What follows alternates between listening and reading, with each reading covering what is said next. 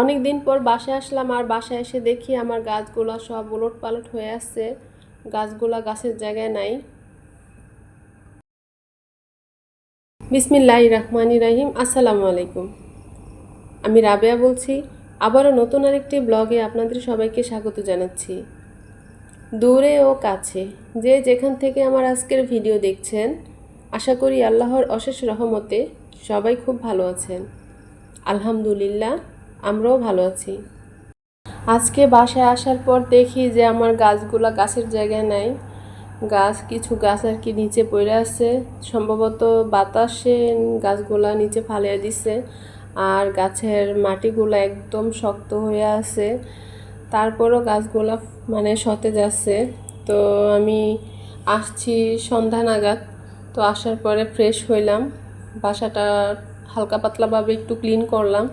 Clean করার পরে আর কি সবগুলা গাছের মধ্যে পানি দিয়ে নিলাম। সবগুলা গাছের মাটিগুলো একদম শক্ত হয়ে আছে, তো এগুলাকে আর কি পানি দিলাম। বাসায় না থাকলে যা হয় আর কি, তো বাসায় ছিলাম না, এর জন্য আমার গাছগুলারও এই অবস্থা। আর পুরো বাসা একদম নোংরা হয়েছিল। এটা হচ্ছে পরের দিনের ভিডিও, সকাল থেকে আর কি শুরু করছি। তো আমার ছেলে মেয়ে এখনও ঘুমাইতেছে। তো এই আদাগুলা ফ্রিজে ছিল, এগুলো আমি ফ্রিজে আর কি রাইখা বাড়িতে চলে গেছিলাম। তো জ্বর আসছিল, যে এই জন্য বাড়িতে চলে গেছিলাম। তো আসার পরে আর কি, তো আদাগুলা ভাবলাম যে আদাগুলা নেই, আদাগুলা কি অবস্থা। আমি তো ভাবছি হয়তো এগুলো নষ্ট হয়েই গেছে, যে অনেক দিন হয়েছে, ভালো থাকার তো কথা না। কিন্তু আসার পরে দেখি যে না, ভালোই আছে, কয়েকটা আর কি নষ্ট হয়েছে। তো ভাবলাম যে ওরা ঘুমে থাকতে থাকতে আমি আর কি আদাগুলো আর কি সবগুলো আর কি কেটে কুটে নেই। তো ওরা উঠলে তো ওরা এগুলা নিয়ে আর কি টানাটানি করে, ওদের জন্য আর কি কাটতে পারি না। তো যেগুলো ভালো ছিল এগুলো আর কি কাটলাম, আর যেগুলো ভালো ছিল না ওগুলো ফালিয়ে দিচ্ছি। আর তারপরে হচ্ছে আদাগুলো আর কি ব্লেন্ড করে নিব। ব্লেন্ড করার পরে হচ্ছে ওরা যদি ওঠে তো ওদেরকে আর কি নাস্তা করাবো।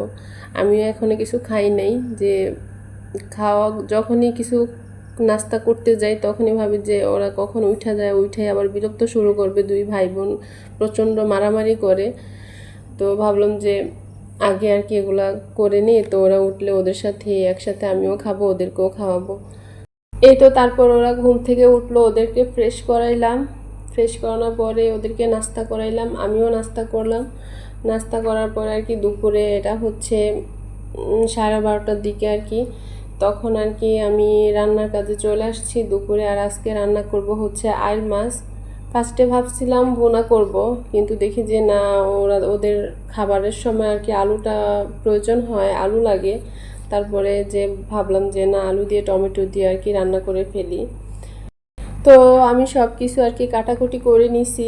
নেওয়ার পরে এখানে কড়াইতে সরিষার তেল, পেঁয়াজ দিয়ে আর কি এটাকে একটু নেড়ে চেড়ে একটু ব্রাউন কালারের হলে আর এটার মধ্যে আর কি সামান্য একটু পানি দিয়ে নিছি। এই তো এখন আদা রসুন আর হলুদ মরিচ জিরার গুঁড়ো এগুলা দিয়ে আর কি মশলাটা ভালো করে কষিয়ে তারপরে হচ্ছে আলুটা দিয়ে দিব। আর আজকে হচ্ছে আইল মাছটা আমি কাঁচাই আর কি রান্না করব, যেমন আর কি ভাজি নেই, মাছটা ভাজি নেই। আমি আর কি এক এক সময় এক এক রকমভাবে রান্না করি, যখন যেরকম ইচ্ছে হয় তখন ওইভাবেই রান্না করি। রান্নার কোনো আসলে ওরকম ধরা বাঁধা নিয়ম নাই যে এটা এভাবেই রান্না করতে হবে। এটা হচ্ছে মনের মাধুরী মিশিয়ে তুমি যেভাবে রান্না করো, ভালো টেস্ট হইলেই হয়েছে আর কি, মজা হইলেই হয়েছে, এই আর কি। তো আজকে হচ্ছে আমি মাছটা কাঁচাই আর কি দিছি। তো কাঁচা দিয়ে আর কি এটাকে কিছুক্ষণ আর কি কষিয়ে নিব। কষানোর পরে হচ্ছে টমেটোটা দিয়ে দিব। টমেটোটা দেওয়ার পরেও কিছুক্ষণ কষাবো, তারপরে হচ্ছে গরম পানি দিয়ে নেব। ব্যাস, আমার রান্না এভাবে এই তো শেষ। একটু সামান্য একটু ঝোল ঝোল রাখবো। আমার আবার আমি একটু শুকনা টাইপের খাবার একটু কম খাইতে পারি, এই জন্য আর কি একটু সামান্য ঝোল ঝোল রাখলাম। এই তো তারপর হচ্ছে আমি পাশের চুলা এখন ভাতটা বসে দিব। ভাতটা হয়ে গেলে আমার রান্না কমপ্লিট। তো ওই চুলাতে এতক্ষণ গরম পানি ছিল, এর জন্য ভাতটা বসাতে পারি নাই। তো তরকারিতে দেওয়া লাগে। তো এখন আমি তরকারিতে পর্যাপ্ত পরিমাণে পানি দিয়ে তারপর হচ্ছে ভাতটা বসিয়ে দিব। আর ভাতটা হয়ে গেলে আমি রাইয়ান রাইসাকে গোসল করে দিব, তারপর হচ্ছে আমিও গোসল করে নিব। আর আমার ভিডিওটি যদি আপনাদের কাছে একটুও ভালো লেগে থাকে তাহলে চ্যানেলটি সাবস্ক্রাইব করে রাখতে পারেন। আর যারা অলরেডি সাবস্ক্রাইব করেছেন তাদেরকে অসংখ্য অসংখ্য ধন্যবাদ। এই তো কথা বলতে বলতে আমার রান্না কমপ্লিট হয়ে গেল, আমার রান্না শেষ। আর আমার ভিডিও আজকে এই পর্যন্তই। সবাই ভালো থাকবেন, সুস্থ থাকবেন, সুন্দর থাকবেন, আর আমাদের জন্য দোয়া করবেন। আমরাও আপনাদের জন্য দোয়া করি। আমার ভিডিও আজকে এখানেই শেষ করলাম। আল্লাহ হাফেজ। আসসালামু আলাইকুম।